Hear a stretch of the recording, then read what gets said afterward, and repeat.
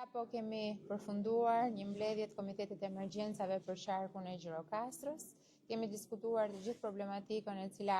ndodh në këto momente në teren. Një lajm mirë që desha të ndaja që nuk ka të bëjë vetëm me sharkun e Gjirokastrës, por me të gjithë jugun dhe të gjithë zonat nga ku kalon lumi i Vjosës, është që krahasuar me nivelin që kemi pasur sot në pikën e Matjes, që është ajo e Memalia që ka qenë 8 metra, tani ka rënë në 6.5. Pra kemi një ulje me 1.5 metra, e cila do të reflektohet gjithashtu edhe në zonën e Novoselës, në grup derdhje. Pra,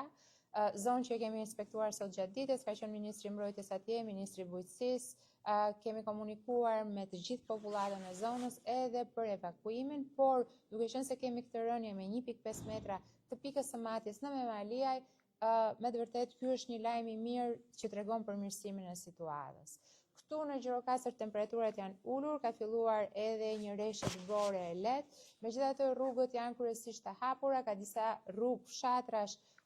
të cilat komunikojnë me njëra tjetrën që janë për momentin të bllokuara. Batalioni i dislokuar këtu, që është një batalion i ri, ka bërë një punë shkëlqyer gjatë periudhës së zjarreve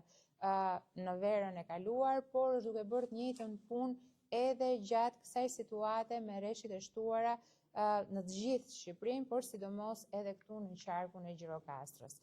Vetëm në zonën e Memaliajt fshat ka disa banesa të cilat do të inspektohen në këtë moment nga forcat e emergjencave civile dhe nga forcat e armatosura, ndërkohë që nga ana tjetër e gjithë situata është nën kontroll. Kemi diskutuar me kryetarët e bashkisë që janë prezent, me drejtuesen e qarkut, me prefekten dhe të gjithë të tjerët që kanë qenë gjatë kësaj mbledhje, për disa pika kryesore që duhet vihen tani në zbatim, për sa i përket një plani evakuimi, pa rëndësi nëse do të ketë përkeqësim të motit apo jo, plani evakuimi duhet të jetë për të gjitha bashkitë prezent, ato bashkitë cilat kanë njësi hotelerie apo konvikte e kanë shumë më lehtë zbatueshëm, të gjitha bashkitë e tjera do të marrin masat bashkë me emergjencat civile për të pasur palestra apo njësi të tjera të cilat mund të akomodojnë në rastin e kërkesës së evakuimit. Megjithatë, ashtu siç thash, situata e motit është duke u përmirësuar, sigurisht të shtunën ne do të kemi një përkeqësim tjetër të motit i cili do të sjellë rreshje të reja, megjithatë do të kemi 48 orë për ta menaxhuar situatën. Temperaturat po ulen, në ndërkohë kemi diskutuar edhe për situatën energjetike në këtë qark, duke qenë se këtu e kemi pasur sfidën më të madhe, është menaxhuar shumë mirë pjesa tjetër e Shqipërisë, ndërkohë që në Gjirokastër kemi pasur ndërprerje në disa fshatra, apo kemi pasur të ndërpretur një linje transmetimi që është ajo e Lunxhërisë, që në një bashkëpunim të jashtëzakonshëm, forcat e armatosura, elektricistët dhe inxhinierët e OSHE-s, edhe forcat e emergjencave civile, kanë rikthyer energjinë në zonën e Lunxhërisë duke kryer këtë aksion për rilidhjen e transmetimit. Nga ana tjetër, të gjitha njësitë, si ato vendore, si ato të pushtetit qendror, janë në koordinim të plot, për sa i përket edhe pjesës së rrjetit të akseve rrugore kombëtare, edhe për to janë marrë masa. Kemi në një zonë të aksit nga Tepelena në Gjirokastër kemi pasur një rëshitje që nuk vjen nga skarpatet e rrugës, po vjen nga shumë më lart, duke pasur parasysh se kemi një erozion të vazhdueshëm që vjen edhe për shkak të zjarreve. Është një bisedë që e kemi bërë edhe në tryezën e këtij bordi emergjencash, por edhe është një plan i qeverisë shqiptare për gjithë ato zonat të cilat kanë qenë të goditura nga zjarret gjatë verës të fundit, ketë një nisje të një pullëzimi i cili do të jetë në bazë të një plani të mirë hartuar për të ndaluar kështu erozionin, i cili ne e kemi parë edhe gjatë rreshjeve të 48 orëve të fundit, që me të vërtet është ndjerë impakti i asaj që ka ndodhur. Praktikisht situata është shumë mirë menaxhuar në momentin që flasim. Patëm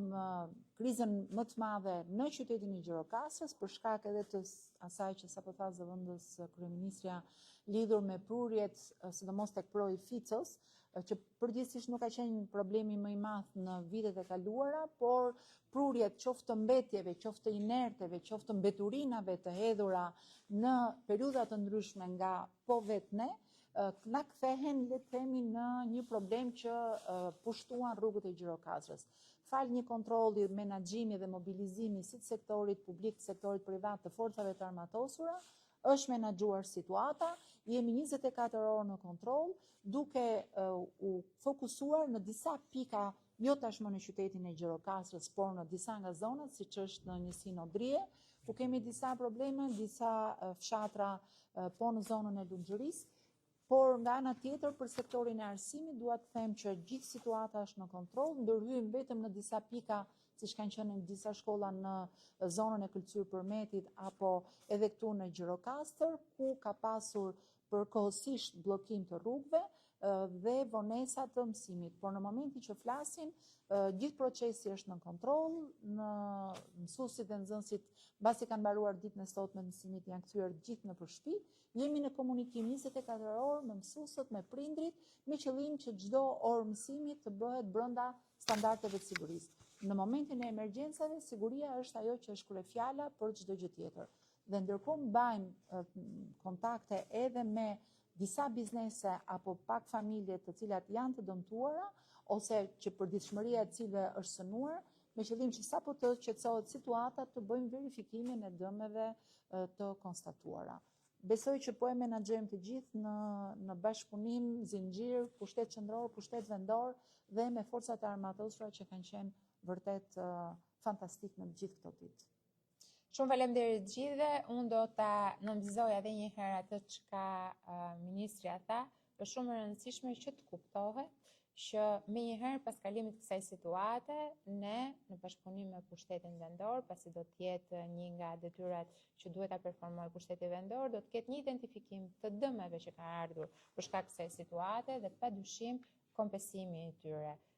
Buxheti i shtetit parashikon fondin rezerv, i cili është një fond që vihet në dispozicion në raste të tilla. Gjatë ditës së nesërme në orën 8:30 do të ketë një mbledhje të komitetit të emergjencave, një komunitet ku marrin pjesë të gjithë aktorët, si ministrat, ashtu deputetët edhe kryetarët e bashkive, prefektët, do drejtohet nga kryeministri Rama dhe do të ketë një adresim të qartë edhe të planit masave që do të kemi për 48 orë të ardhshme, por edhe të kompensimit. Shumë faleminderit gjithë. Faleminderit.